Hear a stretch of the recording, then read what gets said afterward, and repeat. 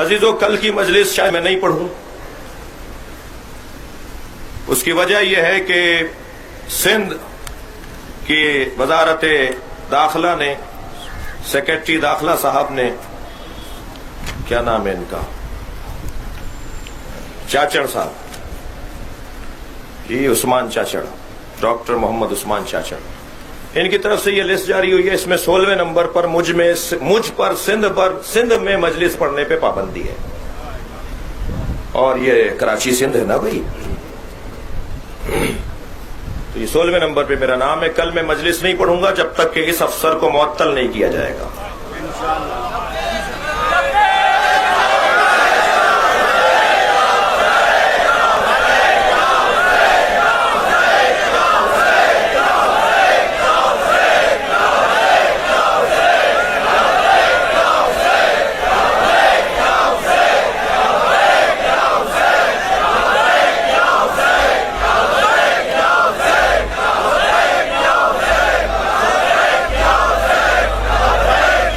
جو لوگ تھوڑے سے شاید مجھ سے راضی نہیں ہیں، وہ یہی چاہتے ہیں میں نہیں پڑھوں. تو پھر سب کیوں نہیں لبیک یا حسین بول رہے ہیں آپ؟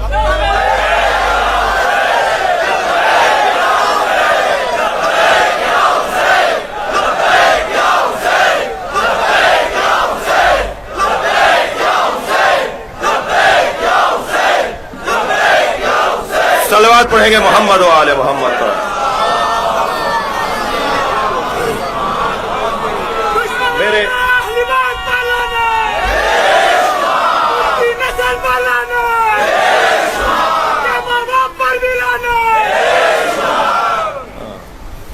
میرے 2-3 سب ہم یہی بیٹھے رہتے ہیں، ہم یہی بیٹھے ہوئے ہیں، آپ ایسے نمبر پہ بیٹھے رہتے ہیں، اس میں کیوں رہتا ہے؟ کون ایسا؟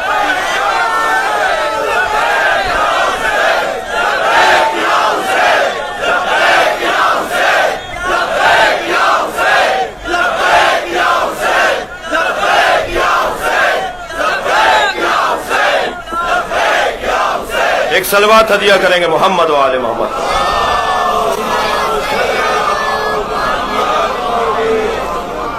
مجھے بڑی عنایت، بہت شکر گزار ہوں آپ کا.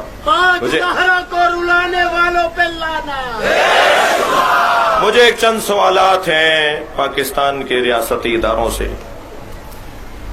پورے پاکستان میں 100 سے زیادہ شیعہ معتبر شخصیات 4تھ شیڈول میں ہیں. سندھ میں کوئی 18 کی تعداد میں پڑھے لکھے معتبر مختلف اضلاع میں شخصیات 4تھ شیڈول میں ہیں. انہیں علاقے کے چھوٹی سطح کے افسران رپورٹ بنا کر اس ڈپارٹمنٹ میں بھیجتے ہیں اور یہ 4تھ شیڈول میں ڈال دیتے ہیں. میرا آپ کے توسط سے اداروں سے سوال ہے کہ پاکستان کا باغی یہ بیچاری عوام ہی ہوا کرتی ہے یا افسران بھی باغی ہوتے ہیں؟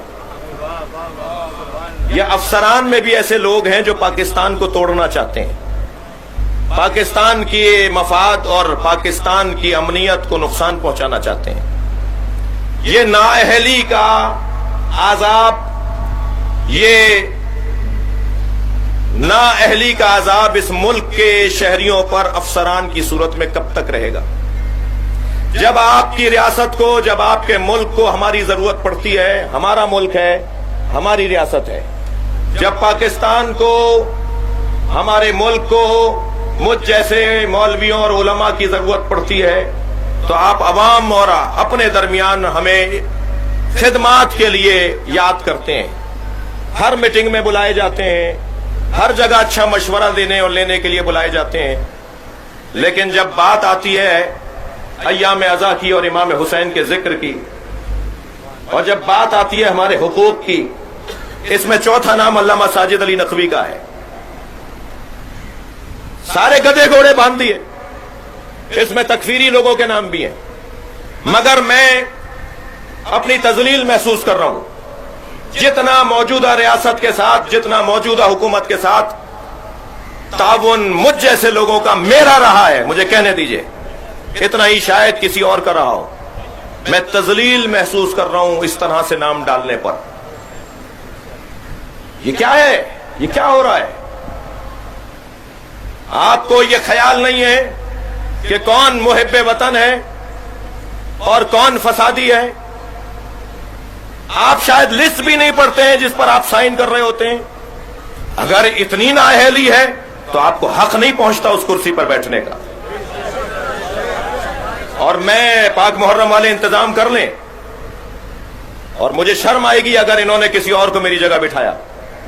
ये मजलिस कल मुनक्किद होने से पहले मुआफीनामा आना चाहिए, इस शख्स की मुअत्तली होनी चाहिए। और मैं तो बाबुल इल्म में भी मजलिस नहीं पढ़ूंगा, मैं तो डिफेंस में भी मजलिस नहीं पढ़ूंगा। फिर अली मुत्तकी जाफरी साहब के इमाम बारगाह में नजमुल हसन साहब भी इंतजाम कर लें। और यकीनन अगर कौम इस अंदाज से इन मामलात को लेगी तो कभी हमारी इज्जत बहाल नहीं हो सकती।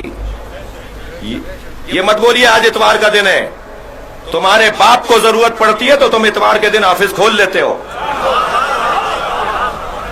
इस लेटर को वापस किया जाए, मुआफी मांगी जाए, तौहीन का इजाला किया जाए, वरना जो मेरी कौम मैं नौकर हूं, अब तक 16 इदारे पाकिस्तान में बना चुका हूं, उसी चूहे और छिपकली और बिल्ली और जानवरों के घर में रहता हूं।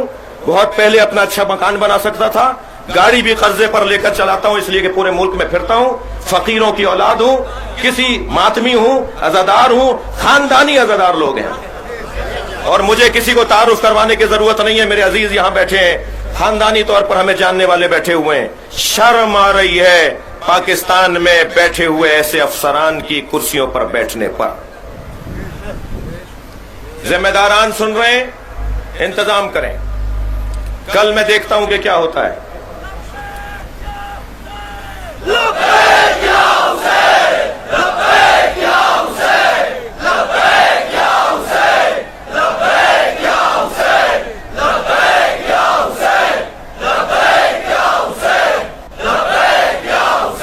मैं एक और ऐलान भी करने जा रहा हूं। जाम शोरों का गुज़िश्ता 10 सालों से जुलूस जो हर साल रोका जाता है, इस साल जाम शोरों के डीसी कैप्टन फरीद ने और वहां के एसपी ने यह वादा किया था कि ये जुलूस निकलेगा।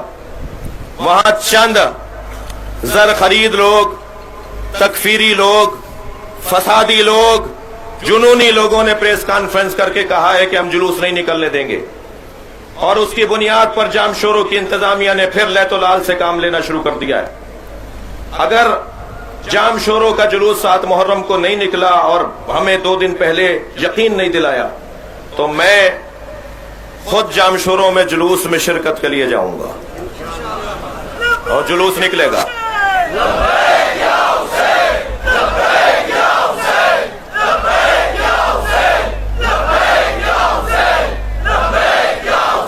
आपके दरमियान मेरे कुछ ऐसे अजीज भी तशरीफ फरमा होंगे जो मेरे इस बयान को जज्बातियत से ताबीर कर रहे होंगे। आप पर गुजरी नहीं है, लिहाजा आपको पता नहीं है। जामपुर पंजाब का एक शहर है, जामपुर, वहां हम पर FIR कटी।